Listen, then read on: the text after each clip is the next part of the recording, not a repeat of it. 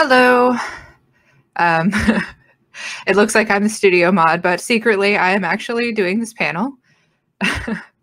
So I'm just going to get started.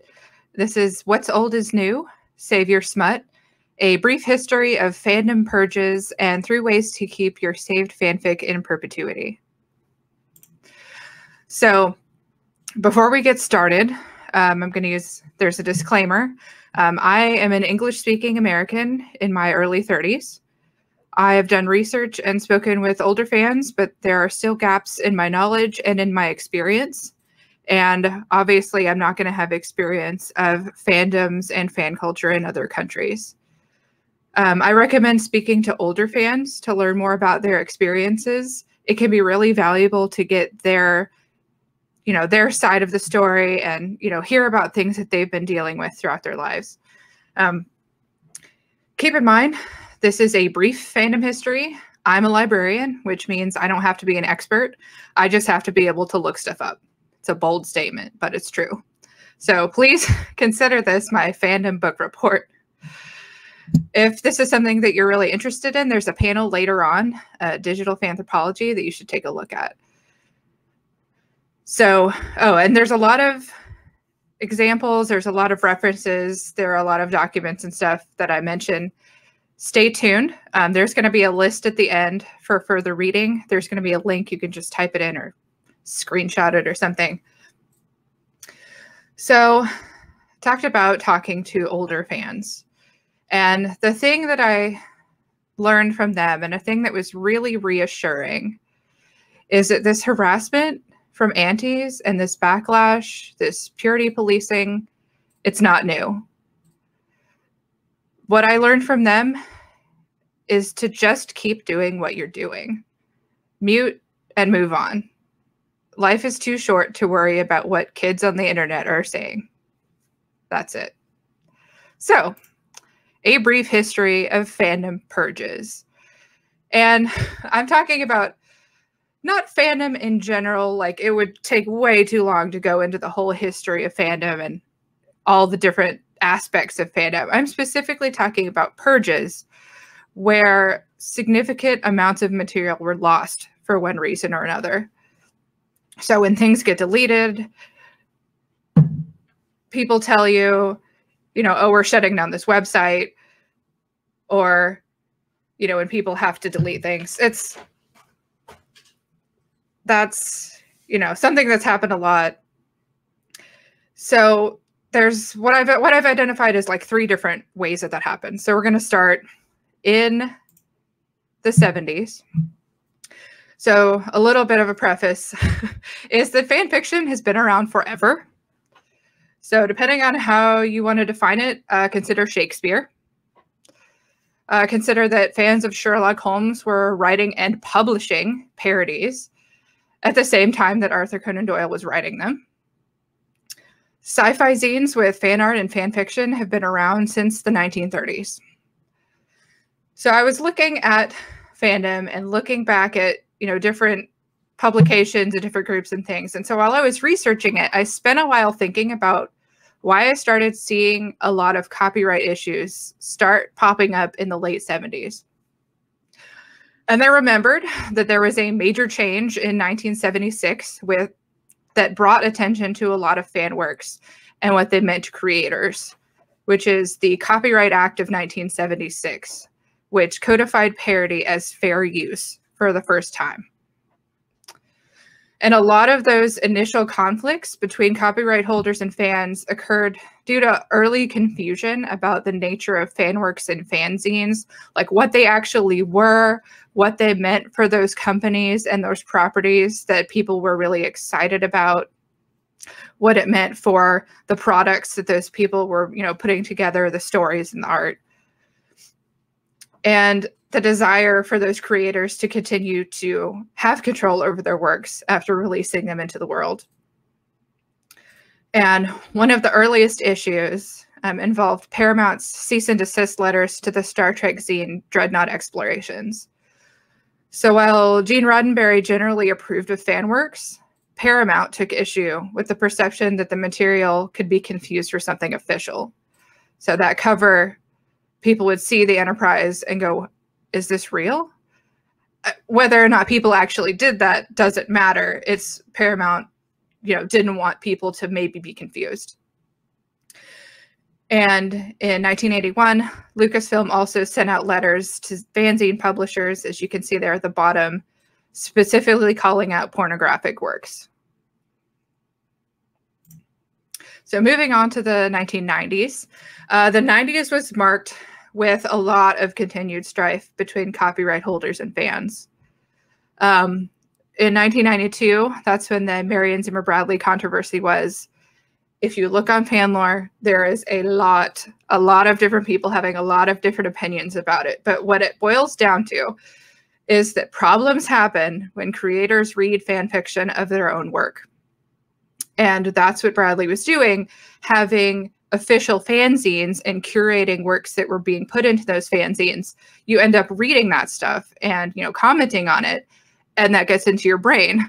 And anyone that's been in a fandom for a long time will know that, there's a point at which you've read enough fan fiction that you start to get confused and you're like, wait, did that happen in the show? Or did I read that a bunch of times? So there's stuff that starts to become fanon. And, that can, if it's read by the creator, it can start to seep back into canon. So the TLDR of the debate centers around a piece of fan fiction that was sent in that the author read and an in-progress work that had similar content. And the issue was to what degree can that fan claim credit, or to what degree should they be given credit for it? Lawyers were involved and other authors took note. And ultimately, the book in question wasn't published, which was a lose-lose situation for everybody. But what we get out of it, and there's a lot of recent statements by authors like Neil Gaiman, is that it's simply safer not to read fan fiction of your own work.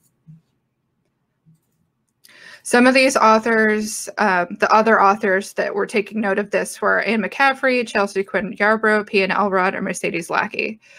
Most of these rules that people were creating prohibited distribution of fan fiction outside of their authorized fanzines and against sale of fan-created crafts and merchandise. And this happened as authors were, seeking to publish more work, sell their rights for films, anytime where they had to prove that they were, the sole holder of this material and prove to publishing companies and studios that it wasn't going to somehow be compromised, because there was not a whole lot of, understanding, this is pretty early, as to what, these fan works are. And though I mentioned these authors, many of them have changed their stances, these and others, as the nature of fan work became better understood and the relationship kind of between authors and their fans changed. But as you'll see later, not all of them did. So going back to the studios, in 1995, Fox and Viacom, joined in 1997 by Lucasfilm, took on fan sites in the US and internationally. This activity was kicked off to preempt pushing new series and subsequent merchandising. I know around 1996, Viacom was trying to push Voyager, and that had a big impact on Trek communities. And due to the lack of protections offered by regional copyright laws, this had a seriously devastating impact on fan communities in the UK and in Australia. And the 2000s. So I mentioned that authors would not change their stances. In 2000, Anne Rice posted a message on her website, which reinforced a statement that she had made back in 1995, forbidding all fan fiction of her works, and launched an extremely aggressive campaign of personal harassment and cease and desist threats against writers. And this resulted in the removal of all fics of all of Anne Rice's works from fanfiction.net in 2001. This is the reason that if you weren't around then, you will see something to the effect of, disclaimer, I do not own any of these characters. I just play with them, winky face. please don't sue at the top and bottom of every fic from around that time. And some older fans still do it to this day. That's why. In December of 2000, the Harry Potter movie series started production, and Warner Brothers, who owned the copyright, started a cease and desist campaign against fans, some of whom were children, who held fan sites with copyrighted words and phrases in the URL. Fans organized a boycott of Warner Brothers' Harry Potter goods, pissing them off, but eventually forcing them to retract their cease and desist claims. In March of 2001 is what they call the Tripod Massacre. Tripod, the hosting service, deleted many sites, including many fan sites hosting repositories of fanfic. Lycos, the owner of Tripod, reported that the mass deletion was due to a glitch in an automatic process designed to delete sites that violated their terms of service, targeting fan sites as copyright violations. So even if it wasn't intentional, it still had a big impact. In September of 2002, fanfiction.net announced a lot of changes. All NC-17 stories, real people fic, including bands, TV shows, sports, whatever, and script or chat log style stories were banned and subsequently deleted. This is when the Citrus scale came heavily into play. It had existed before then, but on sites like this where the ranking or the rating was, the cause of the ban, or on sites without tagging features like Quizilla, people were using the Citrus scale to indicate to other people what the rating was to get around those rating bans. In 2006, Viacom, which owned Teen Nickelodeon, bought Quizilla, which was host to a thriving fanfic community specializing in second-person reader insert and choose-your-own-adventure fic. Suddenly, it changed to a PG-rated site, and subsequently, a lot of fic and other work was deleted. In May of 2007, the LiveJournal strikethrough permanently suspended journals based on their listed interests, specifically targeting interests related to sexual crime, which caught dozens of fandom and fanfic communities, as well as individual users that may or may not have had these terms in their interests. A few months later, Bold Through resulted in the deletion of additional accounts. And while most journals were eventually restored, the general confusion and outrage surrounding these incidents brought to light LiveJournal's inconsistent and conflicting approach to handling the issue, and encouraged fans to start moving elsewhere, creating fan-run spaces like Dreamwidth and Archive of Our Own. In 2009, the free web hosting service GeoCities, which had opened in 1994, shut down, taking with it thousands of fan sites, archives of fan art, zines, fanfic, all kinds of stuff. Several efforts were made to back up the content, though. And I mentioned here the decline of Usenet. So not a specific time, but just kind of gradually over time. Usenet, if you don't know, is and was a distributed discussion system available mainly through universities from the 80s onwards. And in 1993, AOL made it available to anyone with an internet connection. So people could sign on and kind of like threaded emails almost. And it's largely been replaced by message boards, forums, and now social media, though still it's technically available as long as someone's running a server. But as people drifted away from it, much of the fic and fan works and media that people were hosting and sharing there became unavailable unless they were hosted elsewhere. And so the 2010s, which a lot of people are going to start to, remember more of this. In 2010, authors continued to speak out about fan fiction. So George R.R. Martin posted a big post about how he disagreed with fan fiction and didn't like it. And a name that big will have kind of an impact. In 2011, the social bookmarking site Delicious, which was used for curating bookmarks of fan works, among other things. It was purchased and dramatically altered. So these changes removed the popular tagging system, which made it extremely difficult to organize content, and it made it really difficult on groups that relied on those tags to distribute their content. In May of 2012, fanfiction.net started deleting M-rated stories without warning. Excuse me. According to FF.net Rants on LiveJournal, within a week, the top 20 most popular categories lost 0.39% of their stories on average. So that might not sound like a lot, but it still adds up to thousands of stories altogether. And to quote a 2012 Huffington Post article by Hannah Ellison, some of these authors spent months writing and editing novel-length works to then have them deleted entirely, as if they were something with no artistic or cultural worth, artifacts that either follow the rules or don't. In 2014, Quizilla was shut down completely, bringing the community to its ultimate end. In 2016, Y Gallery was shut down due to hacking and has yet to return. In 2017, the image hosting site PhotoBucket began charging for image hosting, which broke thousands upon thousands of icons, banners, fan art, tutorials all over the place. In August of 2018, there was a mass deletion of Tumblr blogs focusing on copyright infringement and cracking down on photos of celebrities in particular. A few months later, Tumblr was removed from the App Store, and Tumblr flagged and deleted blogs with not safe for work and adult art.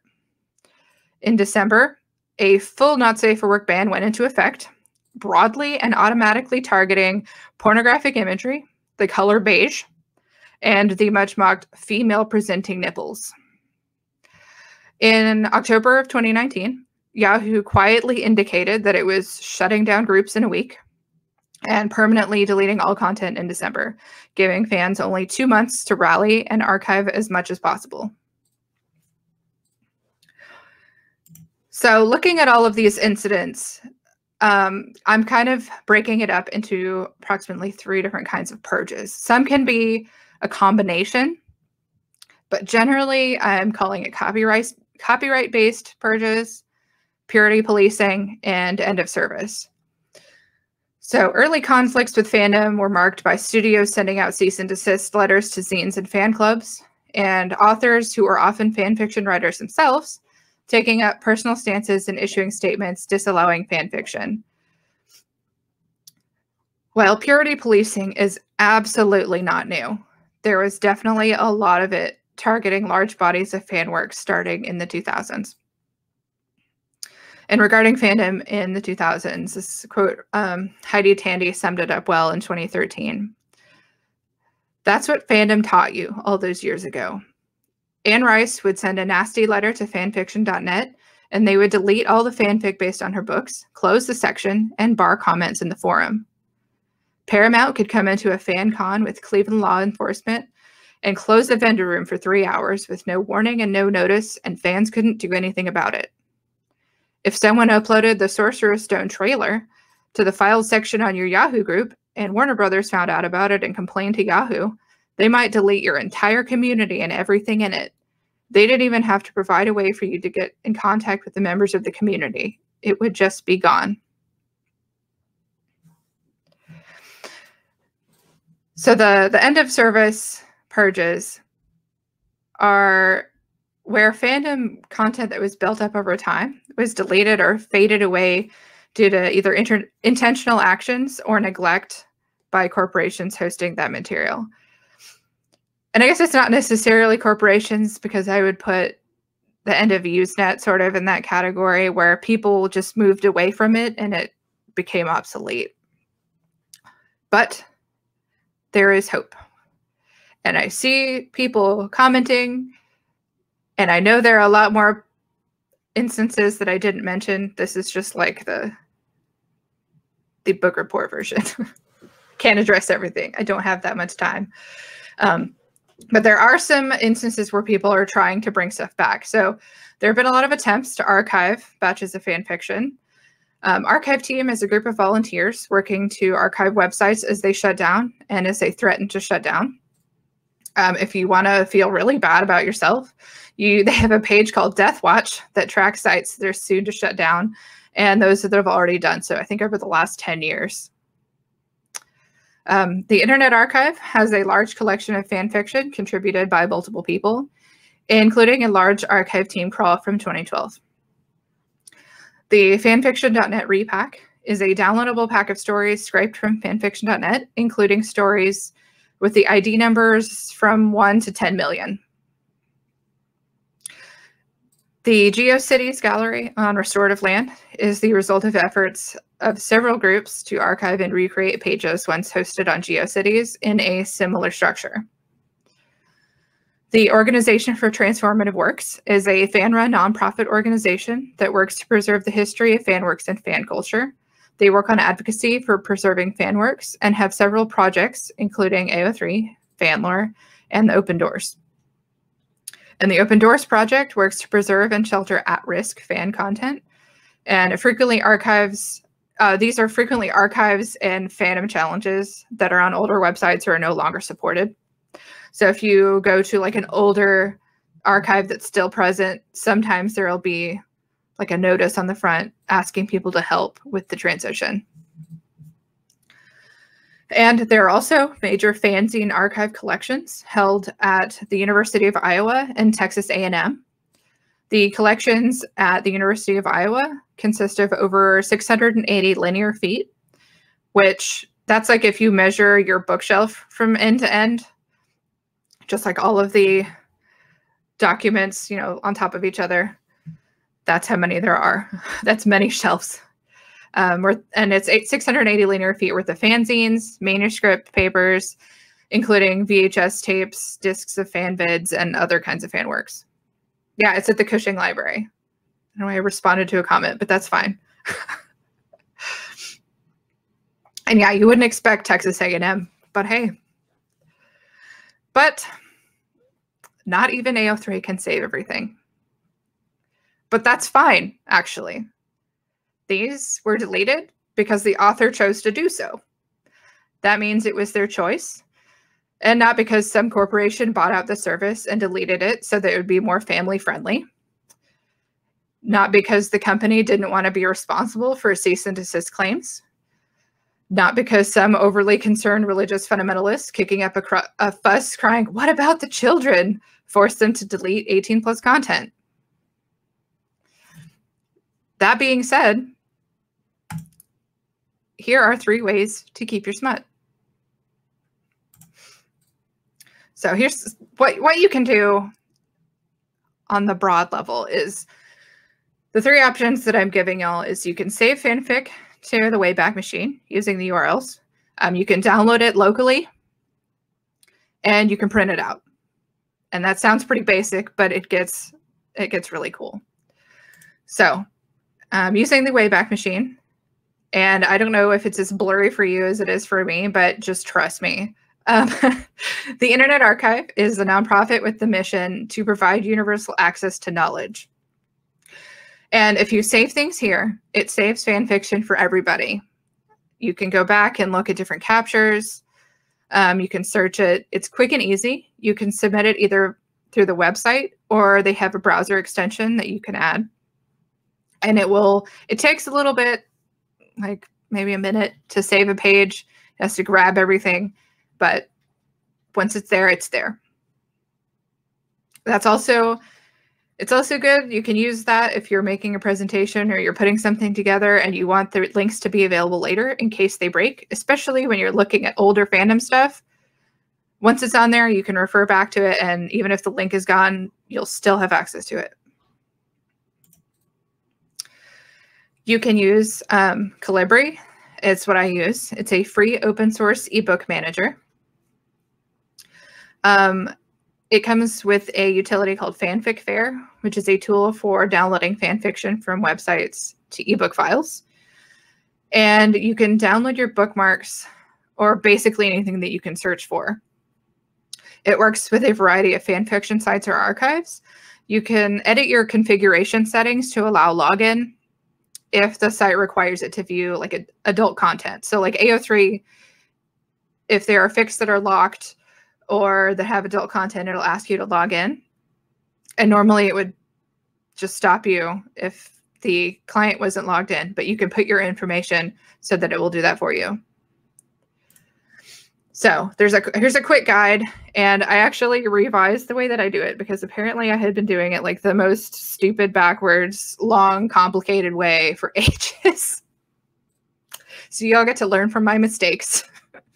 So here's the actual quick guide to using Fanfic Fair to save your bookmarks from AO3. So first, you copy the URL from the first page of your bookmarks or whatever page of your bookmarks. And you'll open Calibri and open up Fanfic Fair and go to Get Story URLs from web page. And if you just copied that link, it'll grab the link from your clipboard so you don't even have to paste it. And then you'll click on for individual books. And then what it's going to do is it's going to scan through that whole page, grab all 20 links to your fan fiction, and pop them up for you. Like you can see in this extremely blurry screen capture up at the top. And before anyone starts like squinting and zooming in, that's mostly fan fiction from the Terror because I just finished watching it. Before you start trying to look at what I'm reading. So after a bit, it takes maybe a minute, it'll scrape the URLs of those stories and you can copy and paste it. You can actually just highlight them all, copy and paste them into Notepad to do multiple batches. Right here, it's showing the comments. You can download the comments if you want. I usually don't, so you can just delete everything after the number. And then, you know, once you have a batch together, then what you'll do, so I'm actually going to go back. You can see on this Fanfic Fair menu, you'll go to the top one, which is download from URLs, and it will grab all those links from you again, and you can run them. And AO3 will actually time out if you do too many at once. So just keep that in mind. If you're trying to do your whole collection, probably don't, you know, do like 500 at a time. I feel like 50 is a good number because it'll just time out and it'll just waste your time because it will still look at all of those links and you'll repeat that as needed. So you can see here where I have all these links that are grabbed. You can change the format of your download. You can download it as an EPUB. You can download it as like Mobi for Kindle. I think you can download like HTML. There's a couple of different options that you have. You can also have it update in case you had, you know, works that weren't completed that you bookmarked. And if it finds, you know, an updated version, it'll update it for you. And you can also have it generate a cover for your EPUB, which is like the title and the author's name, and you can set it up. You can also set up, it'll grab the metadata from that page pretty much for each fic. Like it'll grab the tags, it'll grab the date it was posted and the ship and the fandom that it's from. And you can get it, you can configure how that's set up within Calibri itself. It takes a little bit of doing, it takes some time. I'm not going to explain it because I probably don't even remember how I did it, but you can make it look like how you want. And then once it goes through all of those and downloads your fics for you, it'll pop up this download complete. And you can see right here is it found 39 good and 18 bad. And in my case, the 18 bad were because I already had those downloaded and they were already complete. So there was nothing for it to do. And you'll want to take a look. You can hit view log and see why. Sometimes it's, you know, because you already have it downloaded, and sometimes it's because you tried to do too many at once, or your internet connection was really slow, or AO3 was really busy or something. So just do smaller batches and just keep trying. And you can repeat that as many times as you need. So in this same vein of getting information about the fanfic that you're reading, I actually learned about this other really cool thing like 3 days ago. So I decided to throw it in here to share as this bonus. So you can download your stats from AO3. So you can download your browsing history and your bookmarks and all that stuff. So what you want to do is you'll want to get the AO3 Works List CSV bookmarklet was put together by Flamebird. A bookmarklet, if you don't know what that is, which I didn't know what that was, it's basically like a little script that you drag up into your bookmarks bar, and you click it and it just runs that script on the page for you. So you'll also need the page zipper bookmarklet, which came in super handy the other day for something else that I was doing. So that was really cool to know about. So you'll load up your page, and you can do a search, or, you know, just go to your history, whichever one. You'll click on the page zipper bookmarklet, and basically that will let you infinity scroll. It'll just automatically load the next page of whatever it is without you having to click, because, you know, AO3 will limit you to like 20 stories at a time. But with this, you could just keep scrolling as many times as you want. So you'll just scroll as much as you're willing to scroll. I realized when I was trying to test this that I have like 385 pages of history, and I was not willing to scroll for that long. So I scrolled for like 50. And then whenever you have, you know, you scrolled as far as you want to, you'll run the AO3 Works List CSV, and this will grab all of that metadata from those stories that you have. So it'll grab the date, the author, the number of kudos, the tags, the ship, the fandom, whatever, all that stuff that you can see, it will grab it for you and put it, you know, where it goes. It'll put it in, you know, a spreadsheet. So you can use that spreadsheet. You can open it up and look at, you know, your ships, your tags, your fandoms, your word count, your kudos, like the data nerds that we are. You can use that, you know, it's something that I've kind of been interested in doing. Like if you want to look at, you know, the average kudos for all the, you know, the fanfic that you read, or if you want to look at what, you know, tags come up really often in different fandoms that you're in, and if there's any overlap, or if you want to look at, you know, what's my typical word count that I like reading, because you can have some idea, but, you know, maybe not know. Maybe you like mostly, you know, under 3,000 words, but then also like 100,000 word case fic if you're me. So you can look at your reading habits and kind of learn about it. And what I mentioned before is that it doesn't have to be your own bookmarks or your browsing history. It can be on any search that you run. So you could search for just a fandom and then explore what that fandom has in it. And yeah, and all those links are going to be in the document at the end. Anyway, so the last thing, and the reason that I actually ended up not recording this panel is because I was real excited about talking about the next one, which is Fick Binding, which is something that I've recently really gotten back into, or I've recently realized it was a thing. So I mentioned earlier that I'm a librarian, and I actually learned in school how to bind books and all that kind of stuff. But you know, I've been out of school, I've had to work, and I recently got really back into it. And it's really cool. It kind of, like, I always thought like there was some fan fiction that I just thought were amazing. And I'm like, wow, this should be a book. I want to just print it out. And, you know, one time I got a gift fic and I was like, this is amazing. I just want to print it out and show it to random people. But I mean, it's kind of weird. But I mean, I could print it out and save it, typeset it, print it, and bind it into a book that I can then put on my shelf and own forever. And these are 3 of the examples of the group that I'm in. Different people that have different, you know, they have different binderies, and these are all handmade books. All of them were, you know, typeset by the person. They downloaded the story, printed it, or yeah, downloaded it, typeset it, so figured out all the fonts and whatever, and print it, stitch it together, made a cover. That one in the center, actually, that rose is actually a cross stitch. So they cross stitched this piece and then set it into the title. People use so many different kinds of materials and techniques to bind these, and it's really amazing. So the group that I joined is Renegade Publishing. They have a Tumblr with a FAQ that's really great if you're interested in learning more about it or learning about telling people about it.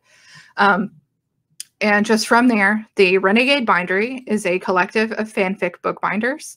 As fic authors, readers, and appreciators, our goal is to preserve in print form some of our favorite and beloved works. In pursuit of that goal, we are largely self-taught in hand bookbinding. And this is a group that Armored Super Heavy put together in 2000. And, you know, lots of people have joined. And it's really a place, it's really a community for learning about bookbinding and fic binding and sharing work. We also share, you know, fic recommendations and, you know, like fonts that we're excited about, all kinds of stuff. And the only thing is, it's not a place to request commissions. So if you're interested in having somebody bind a fic for you, that's not where to go, but we can definitely tell you how to do it yourself. So some recommendations, thinking about it, like thinking about the way that I approach it is generally I would only bind 1 or 2 copies. If it was something where it was like, I really like this one, I want to bind it for me, but I'm not, you know, I don't know the author, or I'm way too intimidated by the author, or, you know, the author posted this like 30 years ago and I have no idea where they are and I have no way to track them down. You know, I would just print it for me. Nobody has to know. Nobody has to see it except me, and just enjoy it. But a lot of us do actually reach out to authors or the fanfic authors and offer them a gift copy. It's super terrifying to do that. It's like the mortifying ordeal of like asking and talking to other fans. But so far for me, it's worked out. There, you know, some people maybe just don't notice, but generally people that have responded have actually been excited about it. The thing that you have to remember is don't sell them. That's where fan works really get into trouble, is if there's money involved. Just don't even do it. And one of the principles that the group is founded around is the fanish gift economy. And that's where you're so excited about something and you really love something and you would just want to share it with other people. And that's what we're really all about, is sharing our knowledge with other people, sharing techniques, and us sharing our work with the authors who worked so hard to write that stuff. And as a writer, I know how tough it is to write things sometimes, most of the time. So, you know, having some kind of, we're putting in as much as, you know, they would have put in. And a note for writers, if this is something that interests you, consider adding a blanket permission statement to your profile on AO3. It's really helpful because a lot of us will go, oh man, I really want to bind this fic. Let me go see if I can find their contact information. And if they have a permission statement, like a lot of people will say, you know, I give permission. I don't give permission to sell, but I give permission to, you know, do podfic or fan art or, you know, remixes or whatever. You can, I mean, you don't have to agree to everything, but you can say, you know, I'm interested in this stuff. Just, you know, show me when you're done. Putting that kind of stuff in really makes it easier for us and like makes it less terrifying to reach out to you, because we know that you're not going to be angry that we, you know, we're interested in your stuff. I know it's rare, but still it's that little fear. Because sometimes authors will write stuff and then they want to distance themselves from it. Like, you know, it was a fandom that they had a bad experience in and they don't want to deal with it anymore. That's fair. So it's just, you know, it's being respectful of those. It's being respectful of authors. Yeah. So, but if you're binding stuff for yourself, just keep it to yourself and nobody needs to know about it. There's a really good starting point. If you look on that, on the Tumblr group, some of the resources that we've put together, Armored Super Heavy wrote a really great guide on how to make a book from an AO3 page. That's a really good place to start if you want to like get into it. So there's a lot of different decisions and choices, and I'm just kind of go with like my sort of mental process when I do this. So there's 2 parts to doing fic binding, which is preparing the book and making the book. So if you're when you're preparing the book, that involves, you know, downloading the fan fiction, and you can just do that. If you're going from AO3, you can just go up to the top where there's the option to download and just download it as HTML.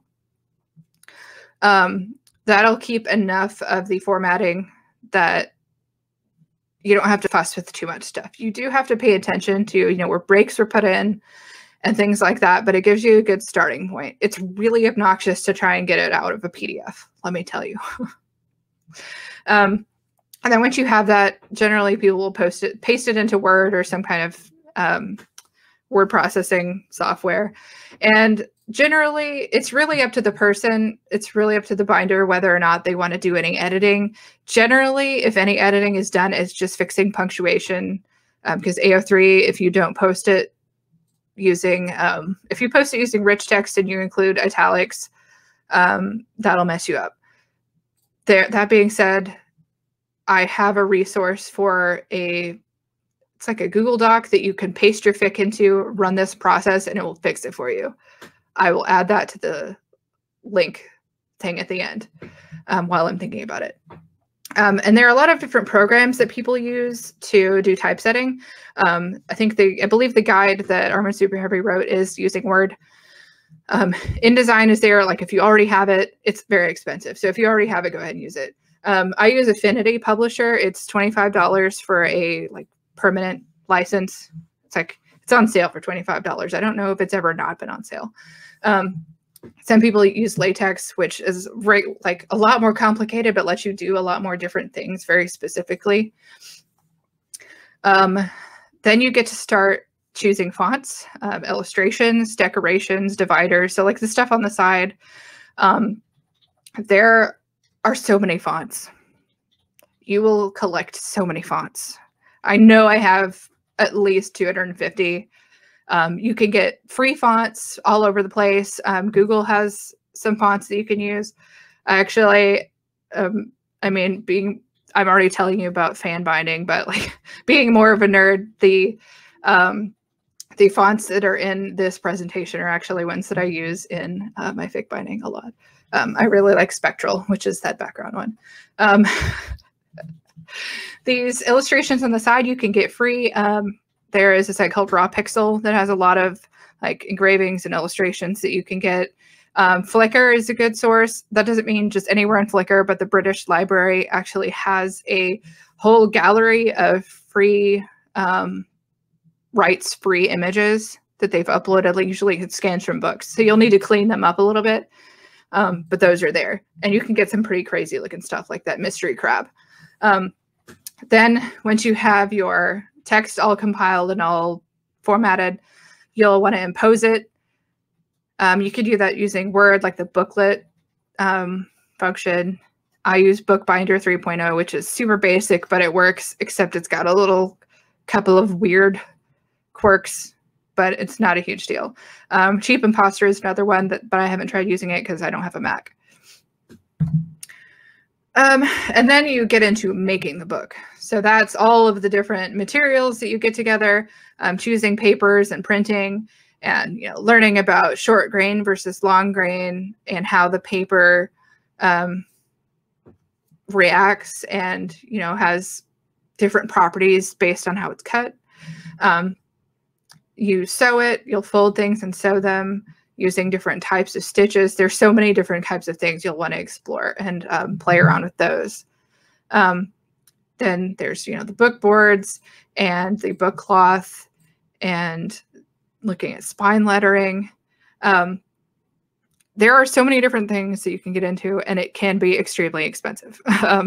The presses can run actual fancy presses can run you hundreds of dollars. That being said, there are lots of ways to make this a lot less expensive. You can use different materials. A lot of times people are willing to share in the community. People are willing to trade. They bought a lot of one color book cloth. They want to trade for a different color, stuff like that. And there's a lot of different hacks that people have put together. I see. I had no idea it was this deep. Oh yeah. Let's talk about fonts. So there's a lot of different techniques that people will learn and put together for these. Some of these pictures, the one in the bottom right, the 11 friction, that's the one with the embroidered cover that I showed before. And so, the spine lettering on those, I believe, is iron-on vinyl cut out with a Cricut. Or you can use some other kind of craft cutting machine, or you can cut it out by hand. The tops of those books down to the bottom done by Human Alias, those are the headbands, which is the stitching at the top. You can buy headbands that are pre-woven, or you can stitch them. So you're basically stitching the book together again with like this embroidery looking almost stitch at the top. And the top two are kind of to give you an idea of how carried away you can get with it. That's my desk covered in like quarter of a letter sized books, like a letter size sheet of paper folded twice. That's how big those books are. And I get really carried away because I really like doing typesetting. Let's see. Yeah, so I can go on about this forever, but I'm gonna go to the further reading page, and that is a book that I bound like when I was in school. So it's just like a blank journal, but it, you know, you can put stuff together, you can do all different kinds of sizes, and you know, it's very freeform. I mean, it's an art. You can do whatever you want. So if I have not been looking at the chat except very briefly, so if people have questions that they want to ask, I will take those questions. And yeah, if you want to type that in or screenshot it or whatever, that'll give you a whole bunch of links. Let's see.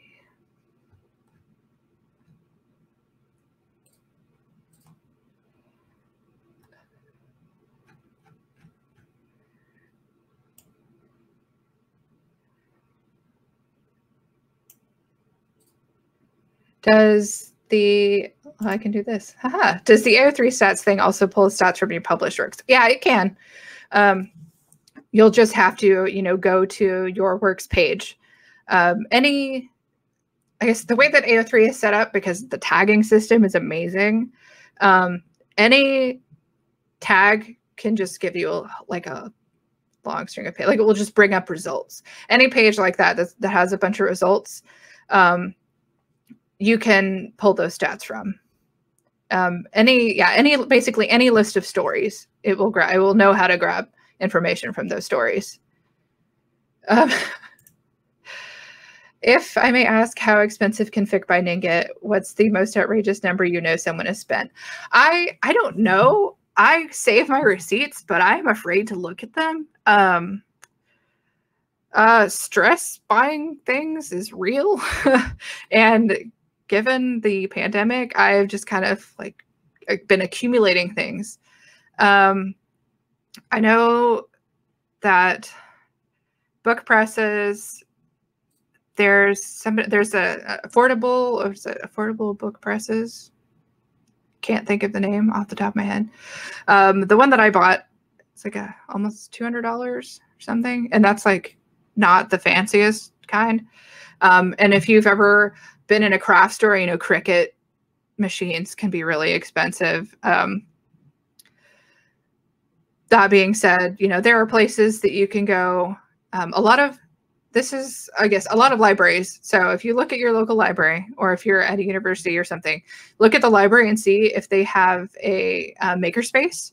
A lot of these places will, you know, some of them can have Cricuts and other kinds of equipment you can use to cut board. They might have paper you can borrow, stuff like that. Let's see. Oh, yeah, that's true.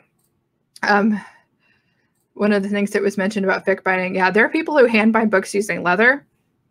And I've seen that a couple times recently in the Renegade Publishing. You can buy leather. There are leather working. It's a very specific set of tools that I just haven't put the investment to learn how to use yet. But yeah, you can get really crazy. Like there are people that do edge decoration. You can do gold leafing. You can do edge painting, which is just incredible. If you look that up, just look up edge painting on books.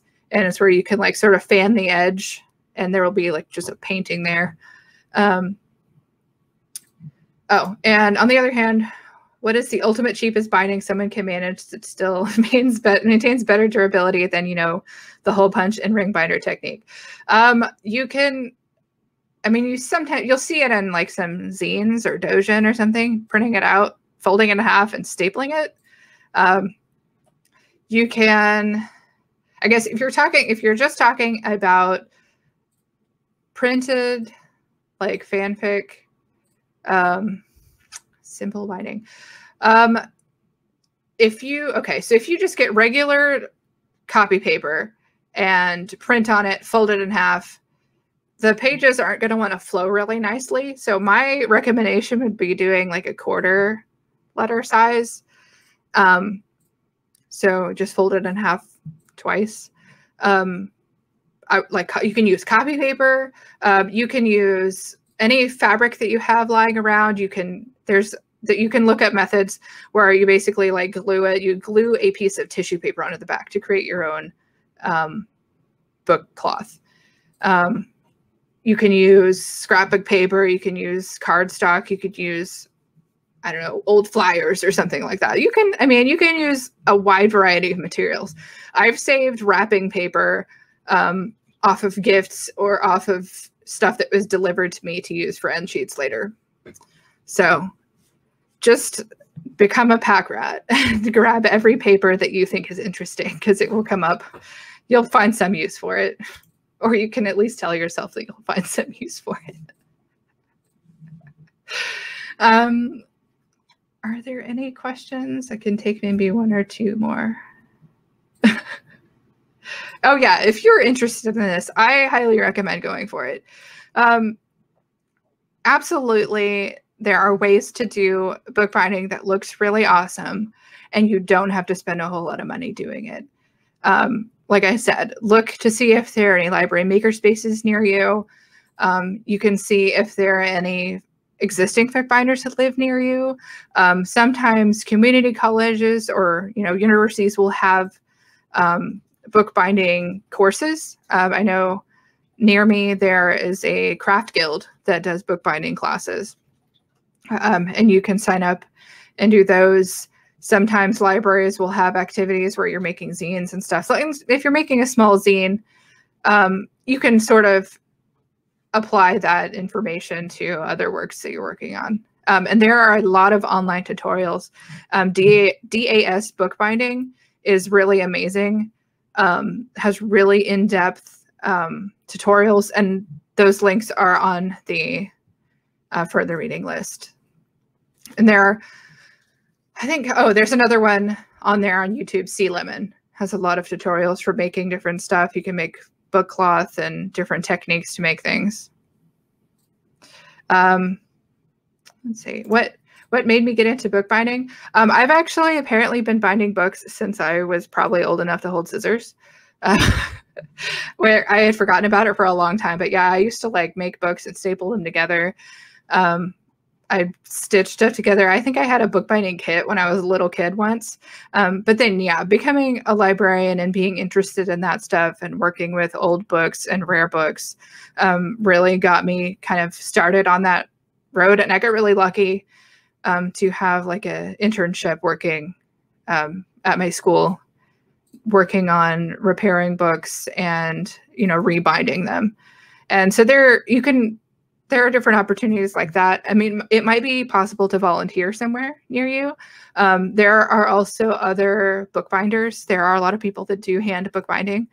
You might be able to reach out to them and see, if they can give you, like, if they do any kind of demonstration, or, they can give you like a tour of their space. They can give you an idea of like some inspirations for your own.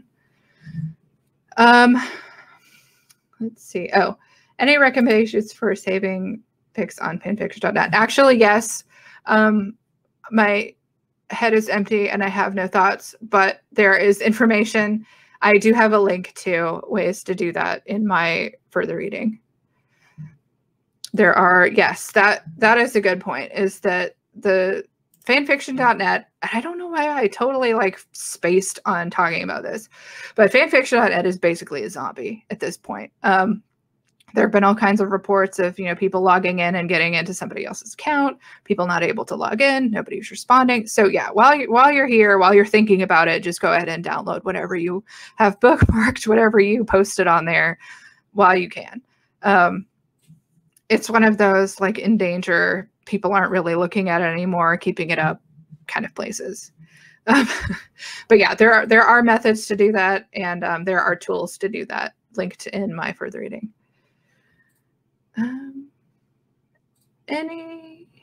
Let's see. Okay. Oh my goodness, clicking. Can't click this. Okay. Do you have some other examples on outer decoration? What have you done yourself, and what is the most interesting thing you've seen someone else do? I think the first example that I grabbed when I was looking at the Tumblr, so the Renegade Publishing Tumblr, the policy for posting pictures on there is that they have to have permission from the author,